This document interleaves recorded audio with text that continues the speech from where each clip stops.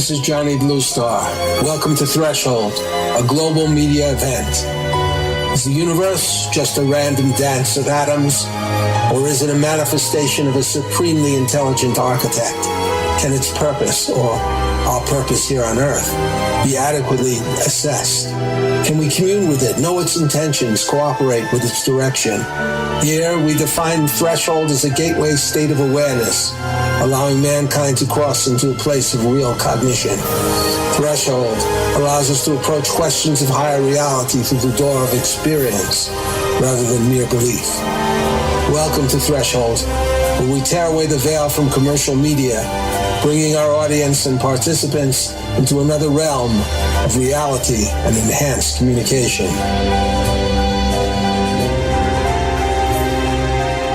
Welcome back.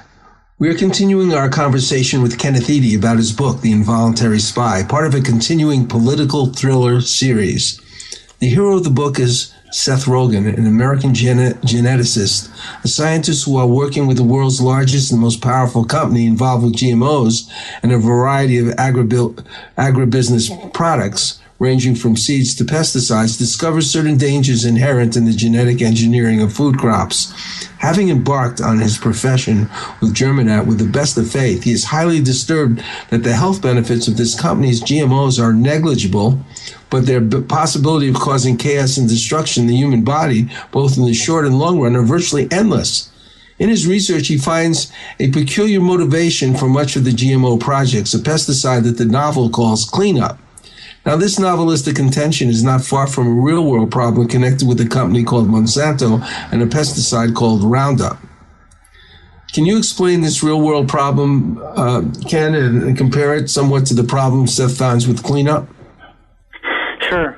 The real-world problem that you're speaking about is that most of the GMO products that are made nowadays are products that are called Roundup-ready foods, which means they're resistant to Monsanto's herbicide Roundup, which is the primary ingredient in Roundup is called glyphosate, and that's a chemical that Monsanto originally designed to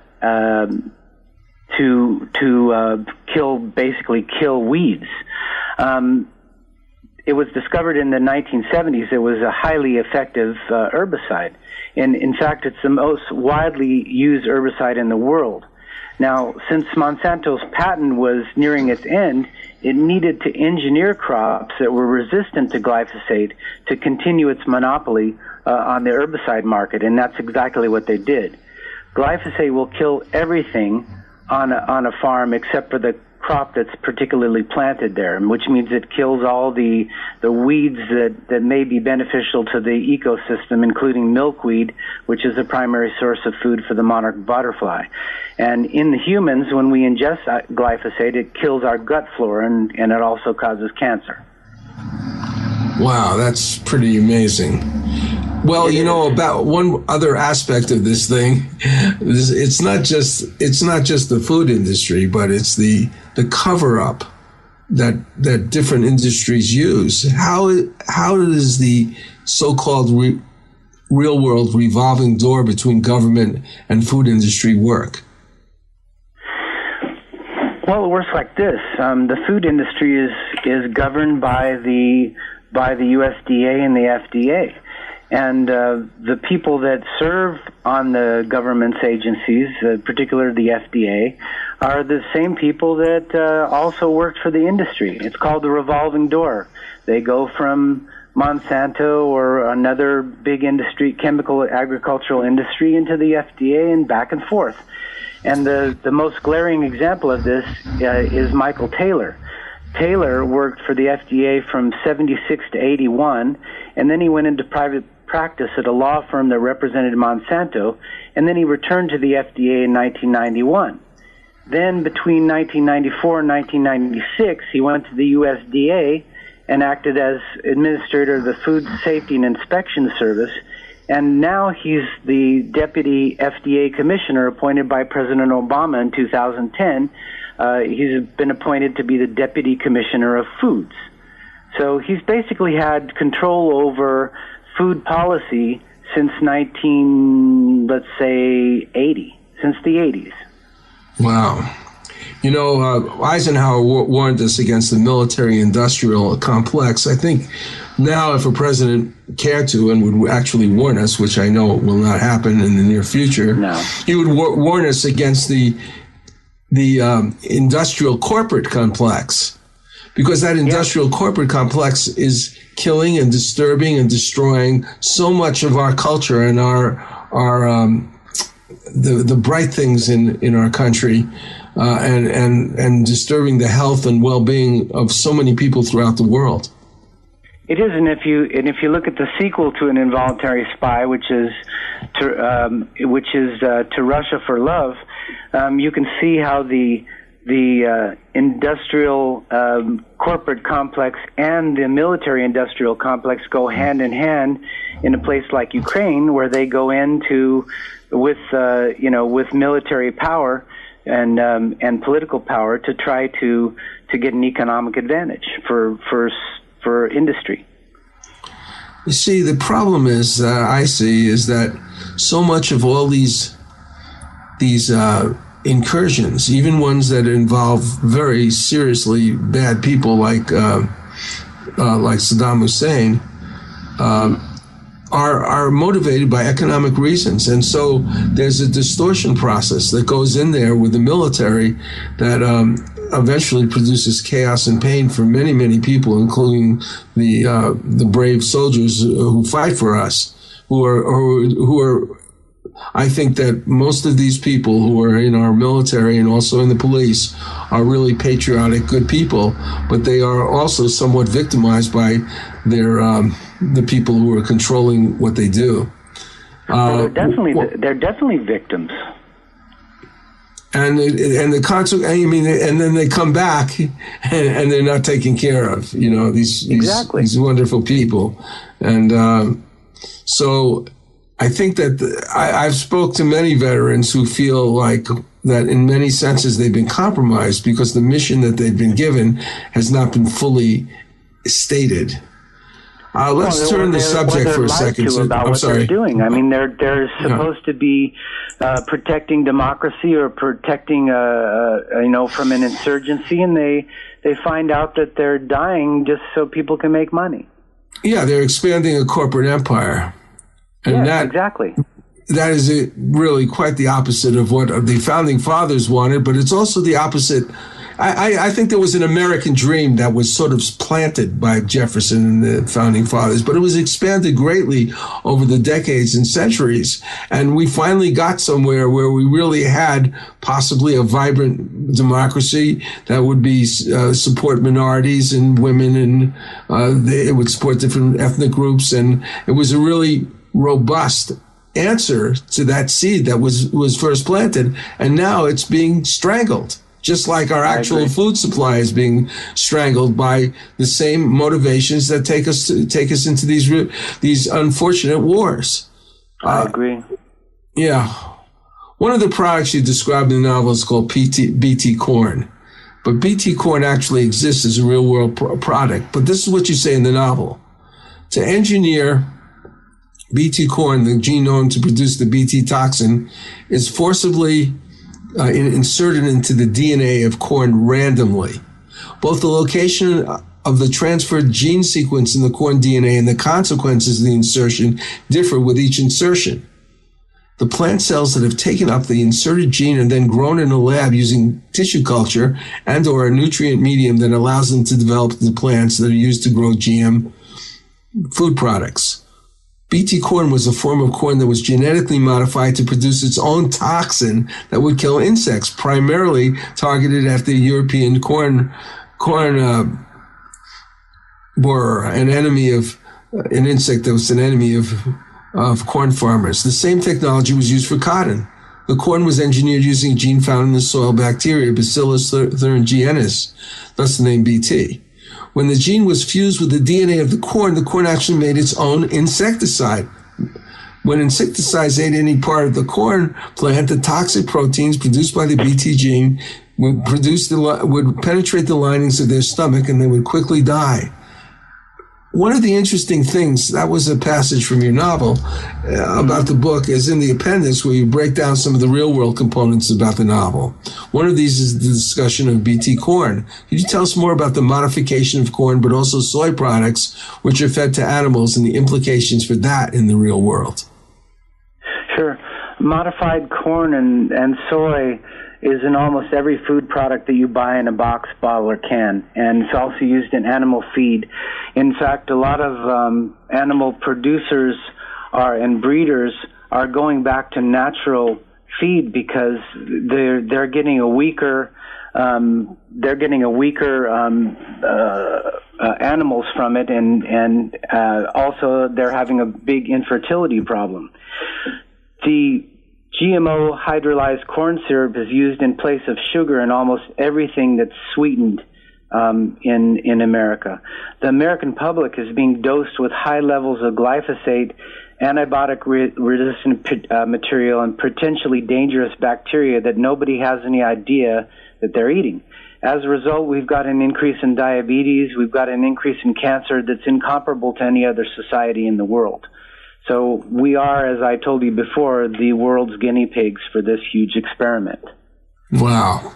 Look, I want to ask you, is there another side to this process? Is there a brighter possibility? You talk about a fictional alternative process that Seth has been playing with while he's still at Germanet. I'm going to quote from the novel. Seth was, however, working on a project he really believed in. It was called Miracle Rice. Miracle Rice was created by inserting a gene that produced beta-carotene into the plant's DNA, which was hoped to solve one of the essential problems of malnutrition in young people in underdeveloped countries, vitamin A deficiency, which caused blindness. The main problem was engineering enough beta-carotene in the plant. As it stood, you would have to eat 20 pounds of Miracle Rice every day to get the minimum required amount of vitamin A, something that was better imparted by supplements or even carrots. But Seth vowed not to give up. Is that a real? Are there really good things that can come out of this genetic manipulation? There could be, like anything else, but but right now there aren't anything good that can come out of it. In fact, this Miracle Rice is actually not a fictional product. There's a product called Golden Rice that claims to satisfy vitamin A deficiencies by combining rice with a gene from a dandelion that produces beta-carotene. But as in my fictional Miracle Rice, a 4-year-old child would have to eat 27 bowls of rice per day to get the daily minimum recommended amount of vitamin A. So basically they should stick to growing carrots. Yeah, I think our kids would be even in worse shape in terms of obesity if they ate 27 bowls. But you never know. I think so too. There's all kinds of possibilities out there for expanding the bad foods that we eat. So maybe we should think about the possibilities. Well, anyway, we're going to take a break now, and when I think of the following songs by Stephanie Slevin, I think of some of those irresponsible companies and so-called political leaders, what they're doing to the earth. Still, I try to send them love. But here's a song by Stephanie called What You Have Done. She's a UK singer-songwriter, which you can find at Reverb Nation.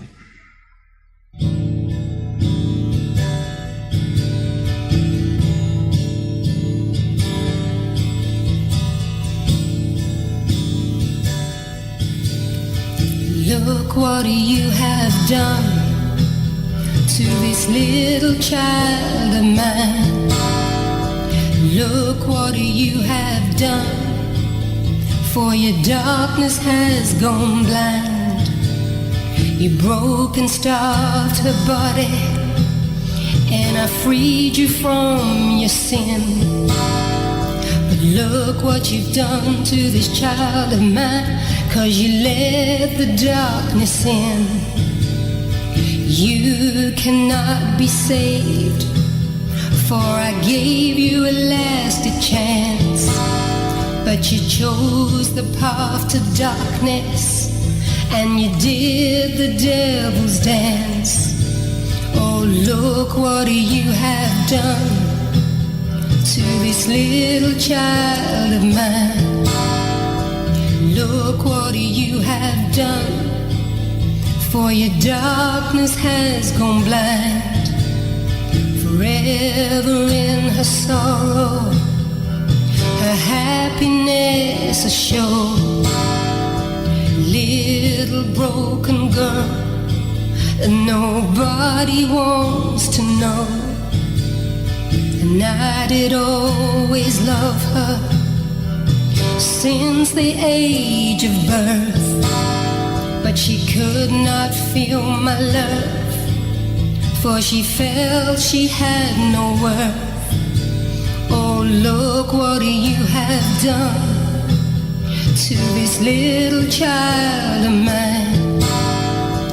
Look what you have done, for your darkness has gone blind. And you can see her torment as she cries out in the rain. And I can feel her pain as she always calls my name.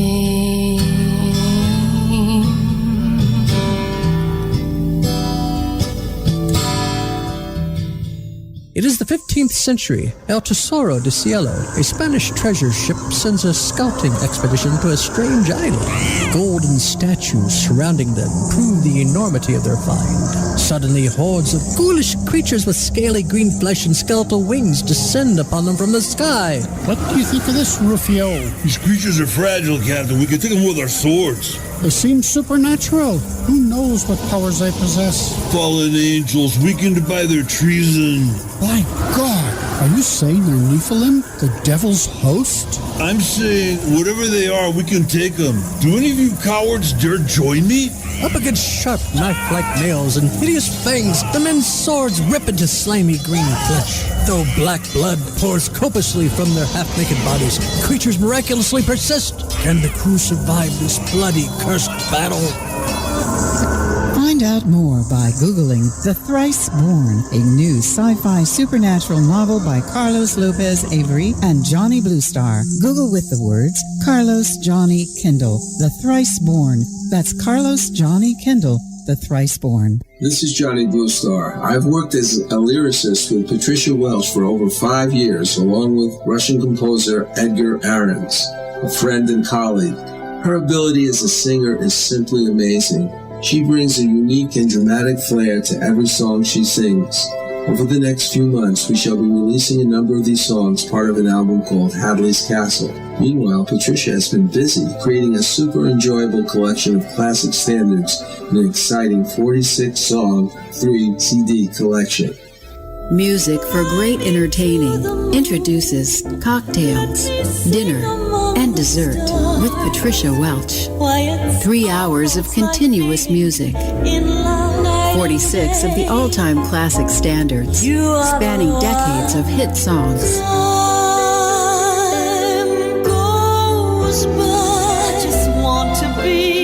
Going to a friend's home for dinner? Cocktails, Dinner, and Dessert with Patricia also makes the perfect hostess gift. This 3-CD compilation is the perfect background music that sets just the right mood for any dinner party. I'm crazy for feeling so lonely. There was a boy, a very strange, enchanted boy. To purchase this album, just go to patriciawelch.com/CD. That is patriciawelch.com/CD. You won't be disappointed. In the Involuntary Spy novel, you mentioned 2 concerns Seth has about the ingestion of GMO foods. One of these is the possibility that these foods could cause resistance to common antibiotic products. How does this actually happen, sort of from a biochemical, biological point of view? Well, what they do is they shoot the genes into to plants, the genes that they want to have the trade into the plants. But in the Petri dish, they don't really know which genes have taken or not, so they add to them an antibiotic-resistant marker. And so this allows them to douse the Petri dish after they've shot the gene gun on it, and with antibiotics, and whatever doesn't die is basically antibiotic resistant, and that's the crop the tissue that survives. So it's postulated that this process creates antibiotic resistance in humans as well as increased allergic reactions. That was what his concern was about. Wow.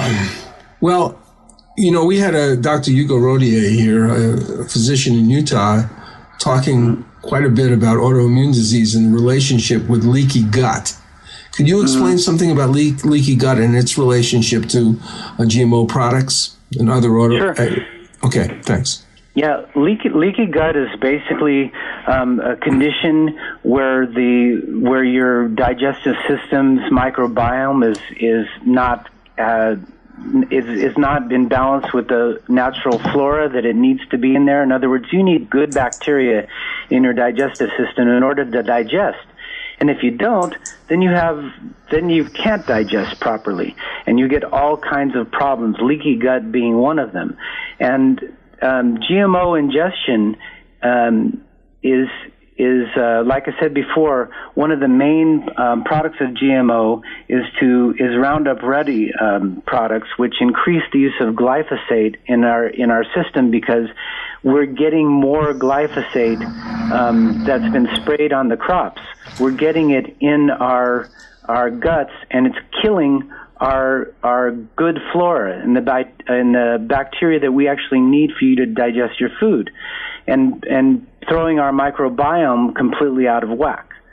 So this is one of the contributions that GMO is making to leaky gut.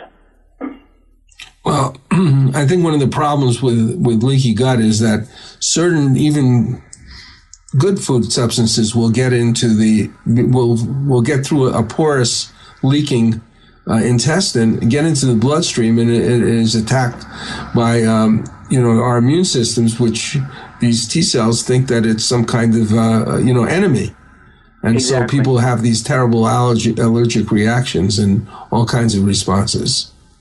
Exactly. There's a great book, actually, Johnny, that you can get. It's written by a doctor, and it's called The Microbiome Diet. And it shows you how to put what to eat and what not to eat to put your system back in place if you're suffering from leaky gut or if you think you are. Well, that's good information. I hadn't heard about that book. It's a great book. I used it myself. Well, another problem that Seth in the novel is concerned about in his experiments to test BT corn, he's finding that his, quote, test subjects were coming up with elements of neonicotinoid pesticides. Is there such a problem in the real world, and what are the dangers involved if there is? There is. Neonicotinoid pesticides are not only used in BT crops, but in fact, every BT crop is treated with neonicotinoid pesticides. They treat the seeds themselves, and once the seed is treated, it takes up residence in every tissue of the plant, including the pollen and the nectar, which is partly responsible for the demise of the bees that we talked about in the last show. Wow. So these are very potent insecticides that also, since they're in every tissue, they also get into the roots, which will contaminate the soil for about 20 years, even after they've been eliminated. So if you've got a BT product that's been planted in a farmer's field, and they decide, oh no, we want to go organic, well, it's still going to be contaminated by the neonicotinoid pesticides for 20 years. It's kind of like radiation. Wow. Well, what are the, just to review like our last show, what is the status now of bee colony collapse? And what is this longevity of these pesticides? How is that going to help? Well, it's really there's really not one particular reason that's been cited for colony collapse disorder, but one of the main factors is the use of pesticides, and the neonicotinoid pesticides have been targeted as one of the worst culprits. The problem is that the EPA has provisionally approved a lot of these pesticides in the states, which means that they were allowed to go ahead and make them commercially available without having to fully test them, and they were supposed to come back with results later. Well, that didn't happen. And now there's been a couple that have been, because of activism, a couple of new products that have been tried to be put on the market that have been blocked, but there's still a lot out there, and basically we have to work with our pocketbooks again and not buy products that have been treated in neonicotinoid pesticides, especially if you're your own gardener. Don't buy seeds that are treated with this stuff. Well, to continue on, I think one of the most fascinating characters in The Involuntary Spy is Yuri, Seth's Russian handler for the Russian government, whose job is allegedly to protect Seth. Yuri seems practical and knowledgeable about his job, but on the other hand, he turns out to be more of a mercenary than a help. In other words, he conceives of himself as loyal to whoever pays him the highest. Somehow, I think if we have a psychological pandemic going on in the world of geopolitics, it's something like this. Yuri seems to be one of the thousands of victims whose loyalty to the highest bidder is as fragile as his commitment to the well-being of his fellow human beings. How do you understand this psychology, Ken? And do you agree that this money virus seems to have infected many of our political leaders around the globe, including perhaps the majority of our leaders in Congress, who are allowing lax regulatory practices in many different industries, including the financial industry, which might be leading the U.S. into a dollar apocalypse, and pharmaceutical companies, which are putting a Band-Aid on various ailments caused by our food industry. And there's so much more. The beat goes on. What do you think? Oh, yeah, I definitely agree that most of our congressmen and women are all Yuri types. They're supposed to answer to us, the voters, but instead they answer to whoever pays the largest political contributions. I think it's human nature to pay more attention to your own personal bottom line than what's good for everyone else, but it's very dangerous when it comes to the people who are supposed to be serving the public, when they're taking their own personal economic bottom line and putting it ahead of what's good for the voters. I think we have to take the profit out of politics. And I think we should do that by enacting legislation that reduces the amount that we're allowed to contribute. For example, Bernie Sanders is not taking any PAC or super PAC money. He's taking it all from regular people. I think that should be commended. It sets a good example for other politicians. Yeah, I think that basically either you have the government itself funding the process, public elections, or there's some kind of cap, really serious cap, where people can't be bought. And maybe you have to also have some more deeper legislation about this revolving door stuff. Very dangerous. There's got to be limits on contributions, first of all, and I think there's got to be term limits, because a lot of these people get in there for 20, 30 years, and that allows them to, buddy with all the industry and basically get into a really high power, and they're basically bought. Yeah, it's a shame to think that that's what we're up against, but I guess that's the case. I think so.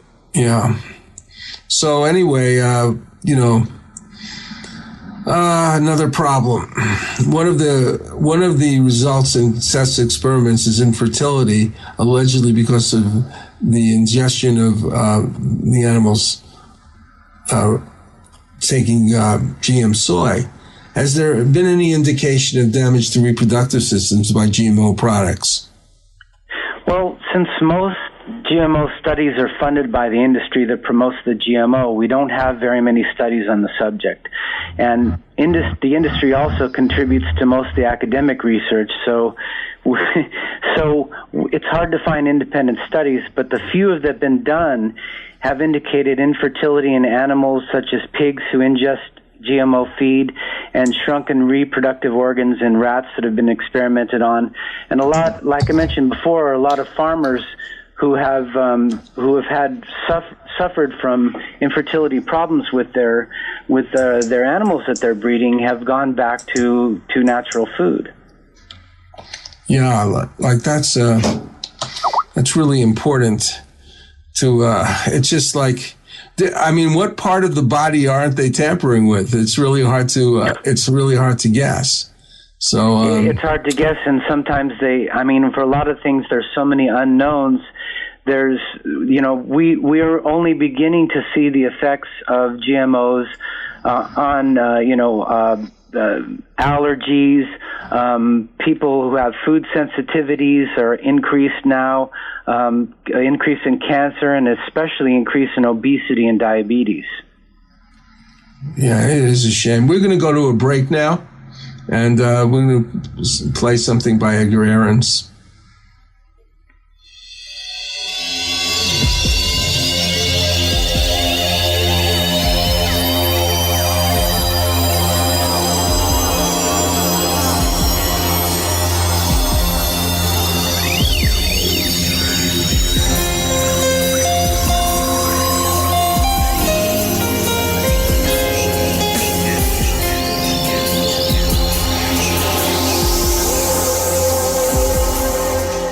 The following is from West Side Warrior, the memoir of Ray Boylan, a Korean War veteran and crime fighter. He was there fighting in the world's coldest battlefield when the Chinese communists invaded.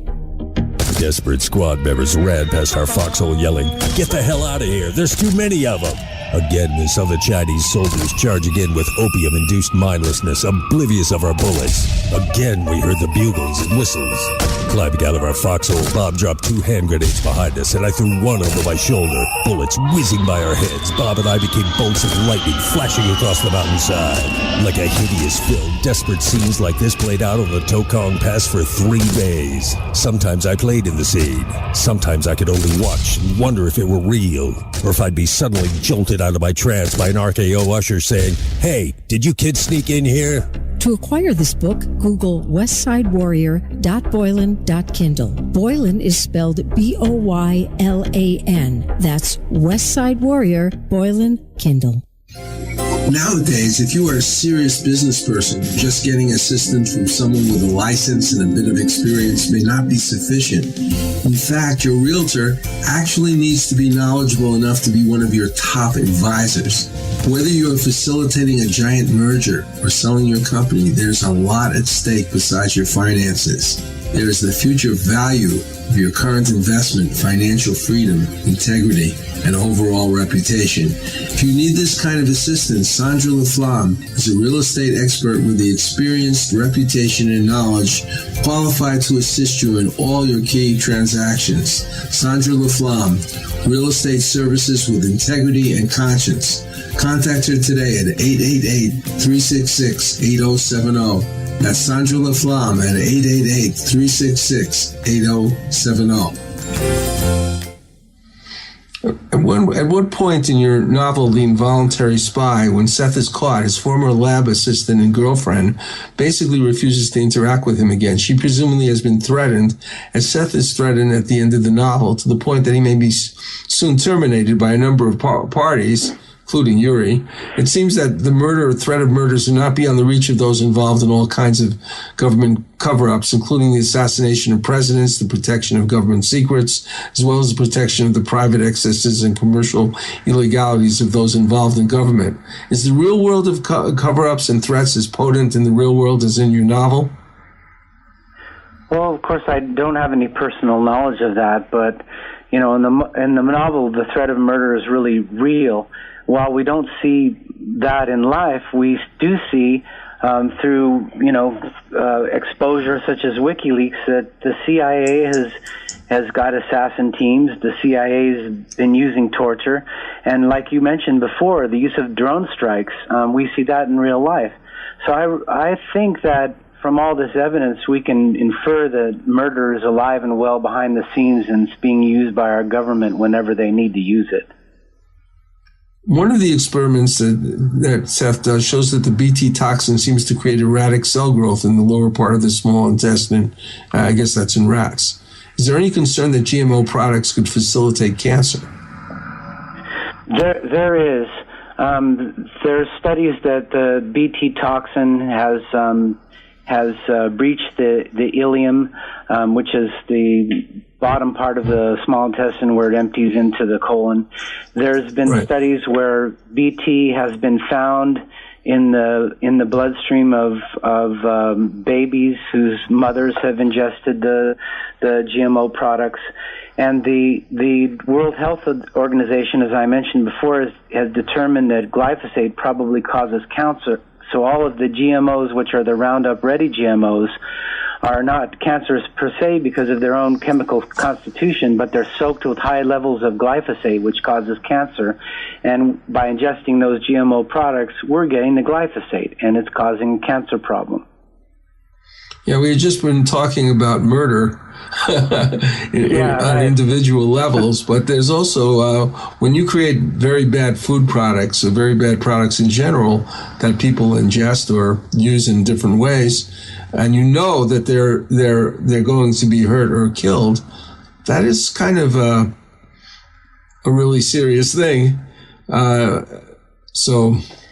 Anyway, don't worry, Johnny. We've got the pharmaceutical industry, which will help cure all those people who get the cancer and the diabetes from ingesting GMO food. Well, good luck for that. Yep. The United States has obviously been lax in letting the DNA cat out of the bag, and loosing GMO products in the United States and the world without any kind of real scientific oversight, except those involved in producing GMOs.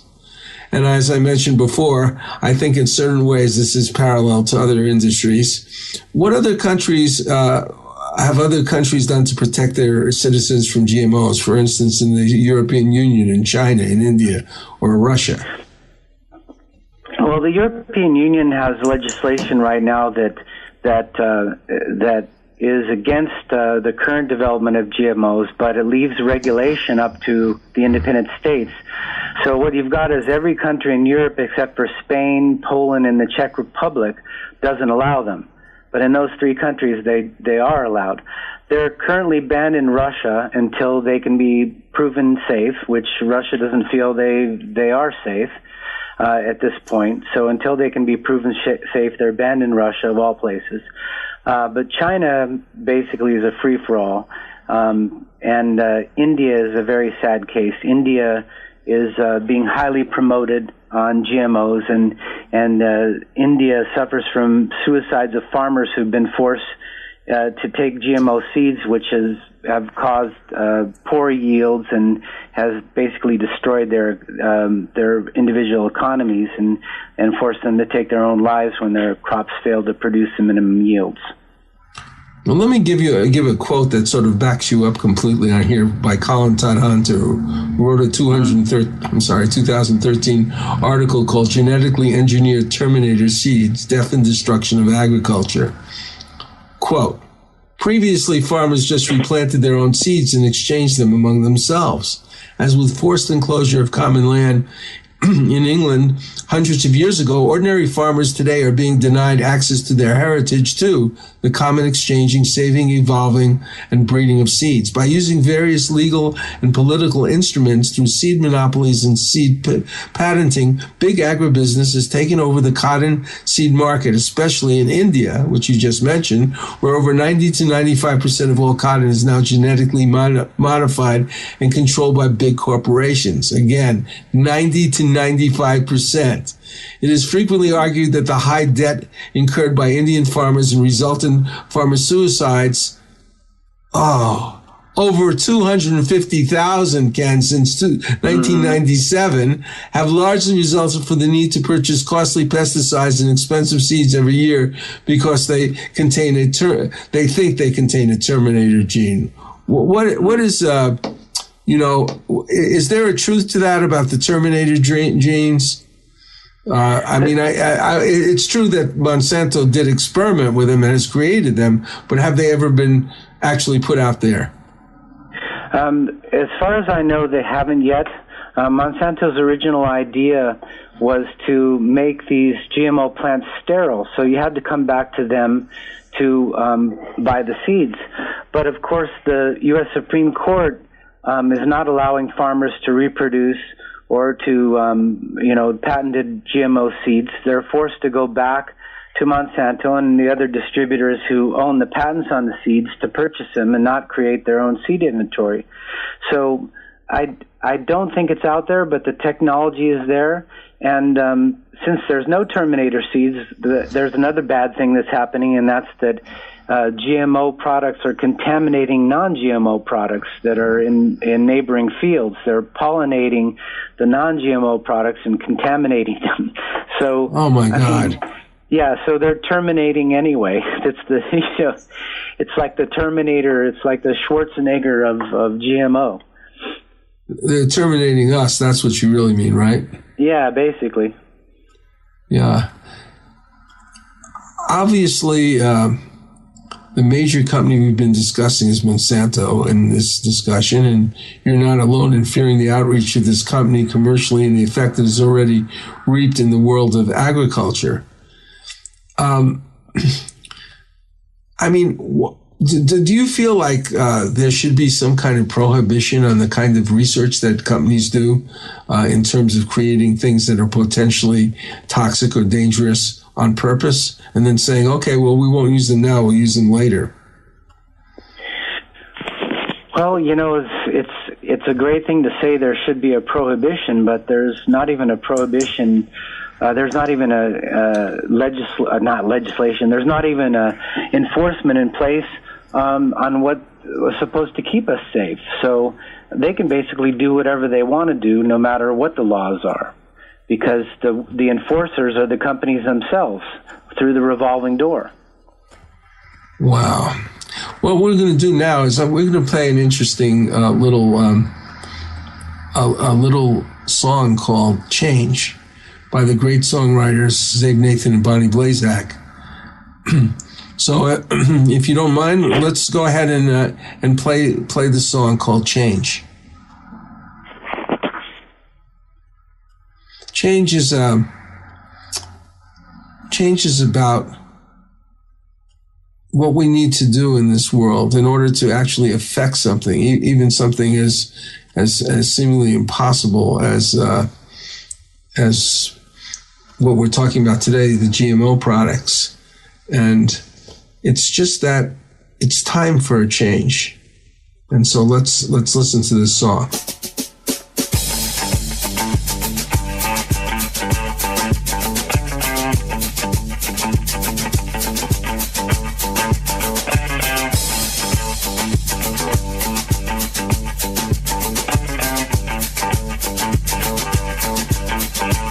That in the midst of death, life persists.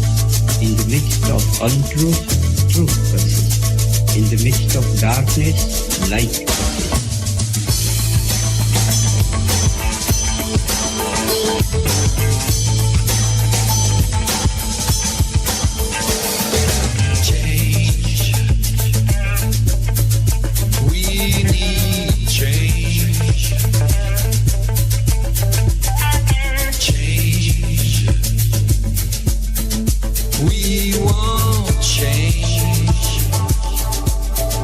Change our minds.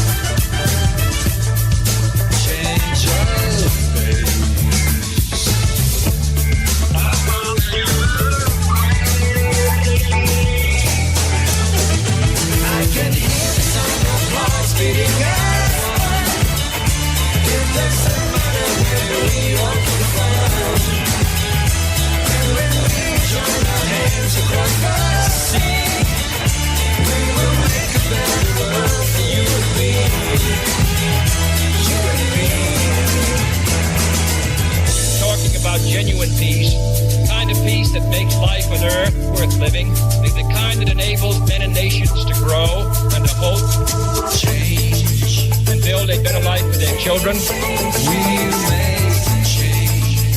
Peace for all men and women, peace in all time. We'll have change.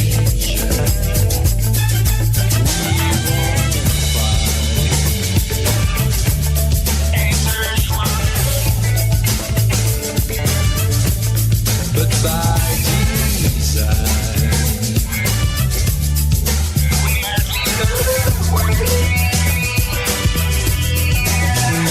I can hear the sound of hearts beating as one. It doesn't matter where we all come from. And when we join our hands across the sea, we will make a better world for you and me.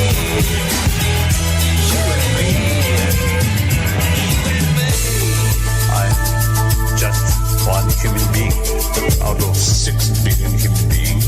I'm one of them. Change. I believe that every human being wants happy life, successful life. I can hear the sound of hearts beating as one, and it doesn't matter where we all come from. And when we join our hands across the sea, we will make a better world for you and me. You and me. I can hear the sound of hearts beating as one, and it doesn't matter where we all come from. And when we join our hands across the sea, we will make a better world for you and me. You and me. Change, change, change, change, change. Change.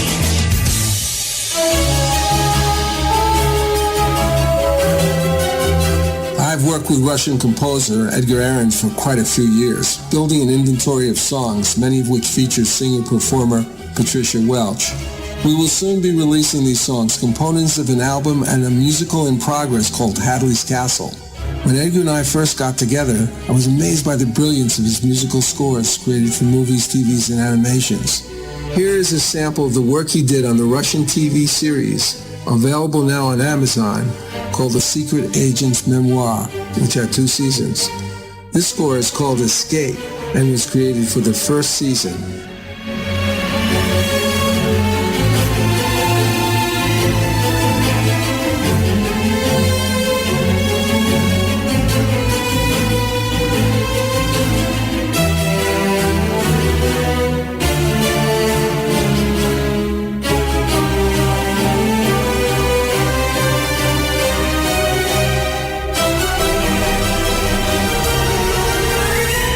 I am very pleased to say that Bridge of Light Productions, a division of New Galaxy Enterprises, is proud to be the contact point for television and film companies seeking information about this amazing composer's work. If you're in the entertainment business and wish to know more, contact me at johnnybluestar@gmail.com. That's johnnybluestar@gmail.com.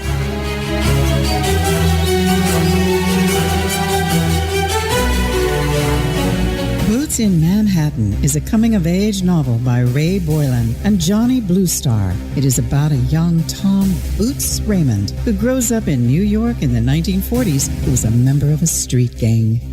My friends and I were about to start our own game of stickball when Rabbit Lacey, the head of the Rattlers, came up to us and tried to move in on our game. We were called Dwarves, the youngest members of the stupid gang. Hey, Kevin, I need you to get some gloves and some stuff I left at my place. No, this is our game. Hey, are you my good little dwarf or what? You've been calling me a dwarf since I was 6. We're not your personal slaves, pal. Hey, what is this? A dwarf rebellion? All right, big guy, we ditched the dwarf thing. We make you guys regular rattlers. No, it's too late. He looked at Jay and me. We looked away.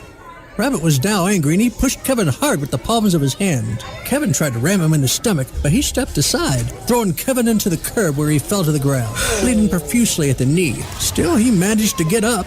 My street. Kevin shouted at Rabbit, pointing at him with an angry index finger. Find out more by Googling Boots in Manhattan, a 1940s coming-of-age novel, part 1 of the novel series The Foot Soldier by Ray Boylan and Johnny Bluestar. Google with the words Boots in Manhattan, Ray Johnny Kindle. That's Boots in Manhattan, Ray Johnny Kindle. You know, you've been talking about your book, but let's talk about your actual writing itself. What I know that you felt, like you explained, kind of desiring to become a writer for some time before you actually did. What was it like? I mean, what do you think? What was inside of you that produced this such a creative tension that you would actually step out of doing, being fully concentrated on the legal profession to produce these works? I just felt I had a story inside me that needed to be told, and I feel like sometimes I'm the conduit for that, and just the ideas come and the story just pops out of me. It just comes out. So it's as natural as getting up in the morning and breathing. You know, Leonard Cohen, in his speech, which he gave accepting an award in Spain, talks about how he's he feels like he's a steward of perhaps a higher power, whatever. He doesn't completely feel that it's totally him that's creating this. I wake up in the middle of the night and I get large segments of dialogue. I see things that are happening. It's not like I'm sitting down and saying, I'm going to write this particular thing. It just kind of flows from some other place. Is that your experience? Yeah, I get in a point where I get stuck. And people always say, well, what do you do about writer's block? Well, what I do is I go away from the computer, I go outside, I take a walk with my dog, and in the fresh air, as I'm walking, it just comes to me. What I need for the scene just comes to me. So, yeah, I feel the same way. Yeah, somebody said that a lot of a writer's work is not sitting down at a computer or a typewriter or whatever it used to be, but it's basically off the form of the actual writing. It's coming to you from. To me, it's a revelatory process, and because I work in different media, I've had lots of experience of different kinds of it, and it's truly amazing. And I can't give myself credit for a lot of it, unfortunately. Yeah, I know what you mean. Well, what's next? What are you working on right now? Actually, I just put a book to edit. It's the 6th book in the Brent Marks legal thriller series. It's called Absolute Intolerance. And it concerns Brent Marks as defending a gay couple for their right to be married, and a serial killer actually kills the gay couple, and Brent ends up defending the guy who is accused of killing them. So it's kind of convoluted and where intolerance meets ethics. Well, thank you so much for being with us today, and I want to thank everybody and homage to the great Hassan Khan, who helps me with almost everything that we need to make this program actually come alive. And we want to also thank Patricia Welch and Edgar Ahrens for their music, and Stephanie Slevin. Thank you so much. You, Johnny. See ya.